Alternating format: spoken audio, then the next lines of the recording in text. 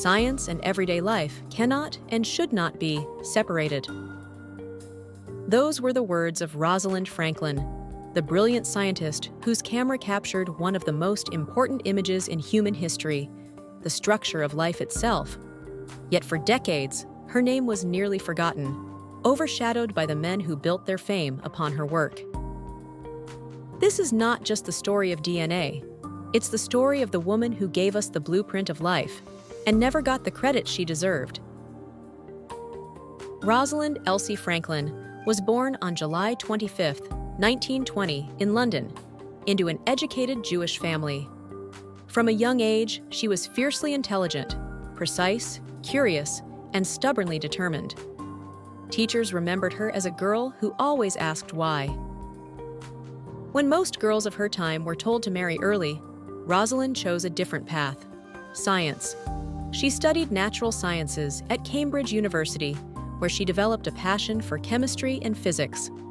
During World War II, while bombs fell over London, she worked in an industrial lab studying the structure of coal and graphite, research that would later contribute to the development of better gas masks and even modern materials like carbon fiber.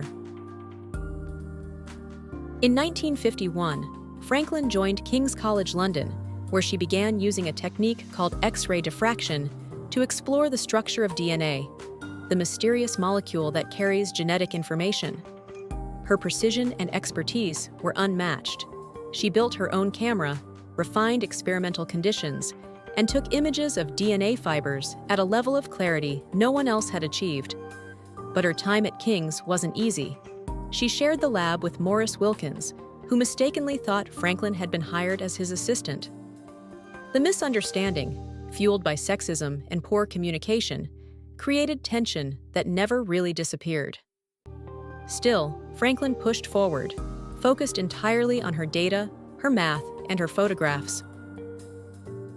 One day, in 1952, Franklin captured a stunning image labeled Photo 51, a pattern of dark and light reflections revealing that DNA was a double helix, a spiral staircase made of molecules.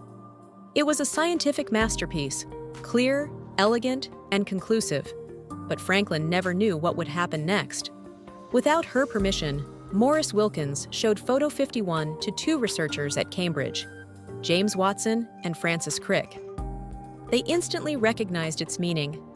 Using her data, they built the famous model of DNA that would make them world-renowned. In 1953, their paper appeared in the journal Nature. The same issue also included Franklin's own paper, printed quietly, as supporting evidence. The world celebrated Watson and Crick. Rosalind Franklin received no credit, no recognition, only silence. But she didn't fight. She didn't sue. She simply moved on to another frontier of science.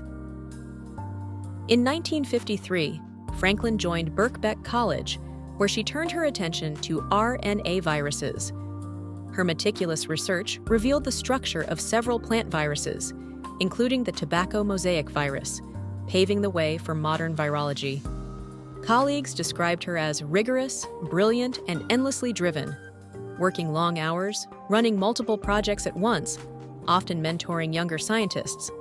But behind her quiet determination, her health was failing. Years of exposure to X-rays without proper protection took a toll.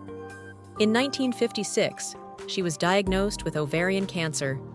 Even during chemotherapy, she kept working, publishing over a dozen papers in her final years. On April 16, 1958, Rosalind Franklin passed away at just 37 years old. 4 years later, in 1962, the Nobel Prize in Medicine was awarded to Watson, Crick, and Wilkins for discovering the structure of DNA. Franklin's name was absent. Officially, the Nobel Committee doesn't award prizes posthumously, but many believe she would have been among the laureates had she lived. Decades later, historians and scientists re-examined her notebooks and images and realized just how essential her work truly was. Today, universities, research centers, and even a Mars rover bear her name, the Rosalind Franklin rover, exploring new worlds, just as she once explored the hidden world within our cells. Her story is a reminder that science is not just about discovery. It's about recognition, integrity, and the pursuit of truth, no matter the cost. We must not only know how to obtain the truth, we must also have the courage to tell it. Thank you for watching. If you enjoyed this video, subscribe and turn on notifications so you won't miss future content. Be sure to like, share, and check out our other videos for more useful content.